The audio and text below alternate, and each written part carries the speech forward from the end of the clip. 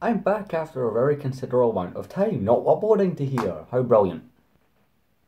But anyway, so I know this was actually week 3 of not uploading, or since the last upload, which, yeah, I know I said, so normally I'd upload every Tuesday and Friday. I couldn't do that, so I thought every Tuesday. Wasn't able to accomplish that because I was away as well. But I've tried doing the forward facing thing with this camera, it just doesn't work. I see I need to get another camera.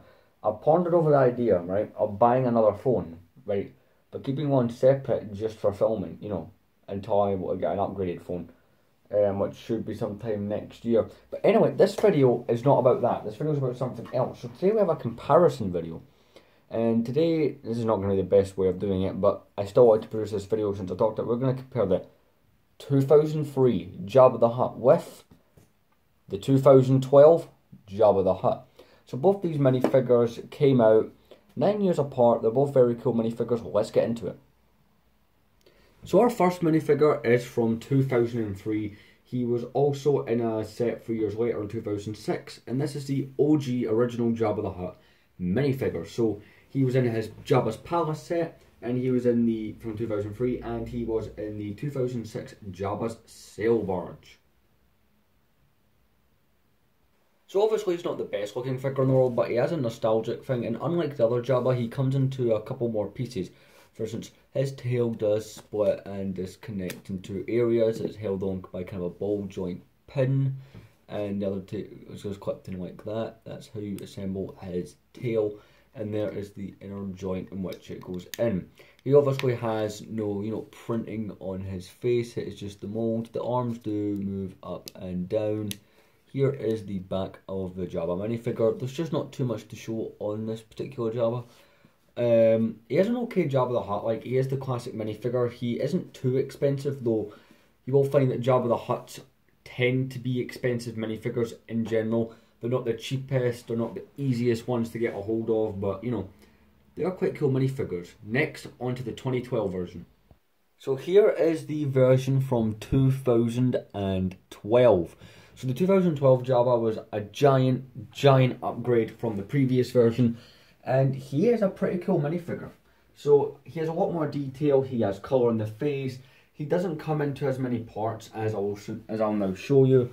He only comes into two. He can separate at the head by using a simple Technic pin. Nothing too special, and obviously there's the underneath of the head. So he has a solid piece for his tail. There are his connection points for connecting to things. His arms, he does have the tattoo that Jabba the Hutt has there. Nothing on this other arm. His head swivels all the way around as it should. And also he has the mouth, eyes and nose detail, which is very accurate, along with some detailing on the tail, and again nothing at the back. Really cool minifigure. He was in two sets, the 2012 Jabba's Palace and the 2013 Jabba's Sail Barge. So like the other minifigure, he only ever saw release in 2 sets. And here are the two Jabbas side by side. Both really cool minifigures. Both of them are getting quite old now. Personally, if I had to recommend either one of these Jabba the Hutt minifigures, I say go for both. But the point of this series, by the way, that I'm going to start doing, the point is not to go for both. I mean, they're both really cool minifigures, but personally, if I had to choose one, and I know some people are going to disagree with me on this opinion, personally, I would 100% go for the 2012 version.